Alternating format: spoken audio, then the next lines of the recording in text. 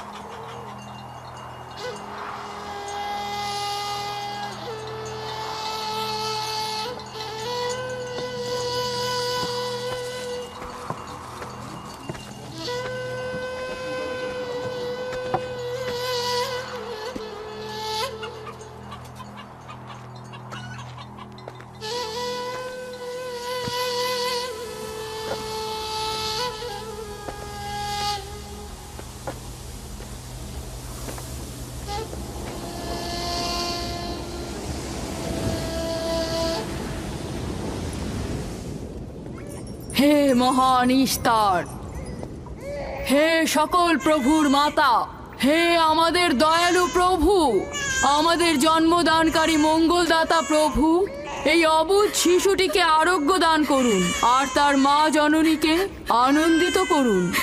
এই অবুঝ শিশুর মাতা প্রতিজ্ঞা করেছে প্রভু, তোমার দরবারে সে মূল্যবান হাদিয়া প্রদান করবে।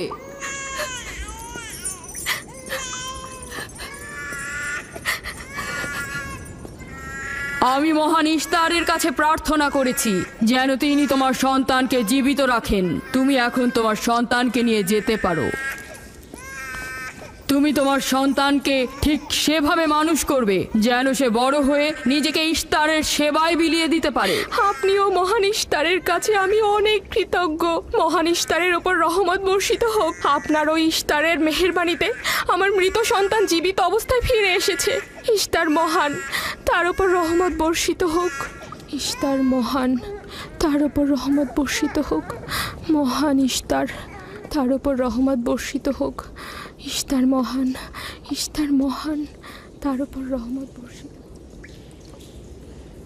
এই বাচ্চাটির মতো আমাদের সন্তানও নিশ্চয়ই সেরে উঠবে, তাই না? ইস্তার খোদা দয়ালু ও শক্তিশালী, তিনি নিশ্চয়ই আমাদের বাচ্চাকে সাফা দেবেন। হ্যাঁ, আমারও তাই মনে হয়। চলো যাই। তোমাদের এ কি হলো? তোমরা তো নিজেরাই ফেরেশতার সেজদা পেয়েছো, আর এখন কিনা নিজেরাই নিজেদের সেজদা করছো। এই পৃথিবীর সৃষ্টির সকল কিছুই ইনসানকে তাসলিম করে, আর তোমরা কিনা প্রাণহীন নির্জীব পাথরকে তাসলিম করছো। এই শোনো, খবরদার বলছি, তুমি এসব বেহুদা কথাবার্তা বলে আমাদের খোদাকে অপমানিত করবে না।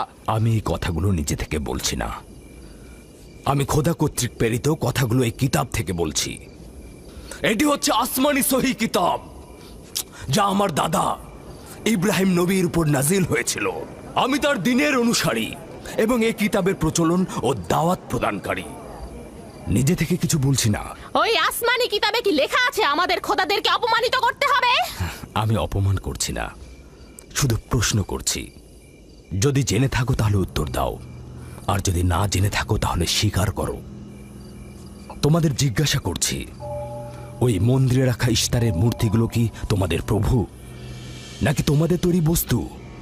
ইস্তার তোমাদের উপর প্রভাব বিস্তার করে নাকি তোমরা ইস্তারের উপর?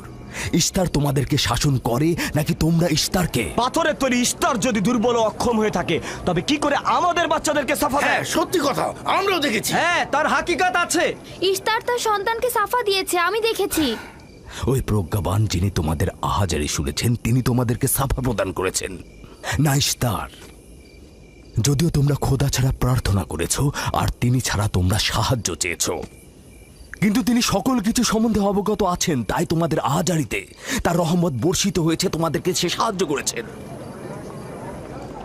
সাধারণ দৃষ্টিতে তোমরা ইস্তারকে দেখেছ, অন্তর্দৃষ্টিতে দেখনি, তাই মূল সাফা প্রদানকারীকে চিনতে পারোনি।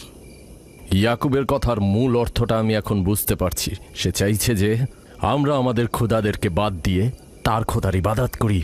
আমরা আমাদের খোদার অনেক কল্যাণকর কাজ দেখেছি, তোমার খোদার কি দেখছি? আমি তোমাদেরকে সকলের চাইতে ঊর্ধ্বে অবস্থিত খোদার দিকে আহ্বান করছি। তিনি সৃষ্টি সকল কিছুর চাইতে ঊর্ধ্বে। তাই নাকি? কি করে বুঝবো তোমার খোদা অন্যান্য সকল খোদার চাইতে ঊর্ধ্বে? তুমি আর তোমার খোদা ও ইস্তারের মন্দিরের ধর্মযাজকের মতো স্বর্ণরৌপ্য লুটে নিতে চাইছো না, তা কি করে বিশ্বাস করব? আমার বাস্তব অবস্থা হচ্ছে আমি গভর্নর লাবানের নিয়োজিত রাখাল। আমার কোনো কিছুই নেই, আর কোনো কিছুর জন্য আমি কারো কাছে প্রতিদানও চাইনি। তোমরা কি আমাকে আমার কাজ অন্বেষণ না রাখালি করা ছাড়া আর কিছু করতে দেখেছো? দেখেনি জন্য কি এখন আমাদের দেখতে হবে? তুমি হয়তো সুযোগের অভাবে ভালো আছো, নয়তো তুমিও কোনো অংশে কম যেতে না। তোমরা সবাই একই রকম। ধর্মকে তোমরা মুখোশ বানিয়ে নিজেদের আখের গুছিয়ে নাও, সহজ সরল মানুষদের ঠকিয়ে তাদের সম্পদের রাজা হও।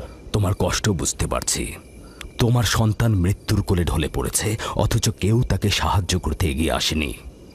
না ইস্তার জাদুকর, না ওই মন্দিরের খোদা ইস্তার।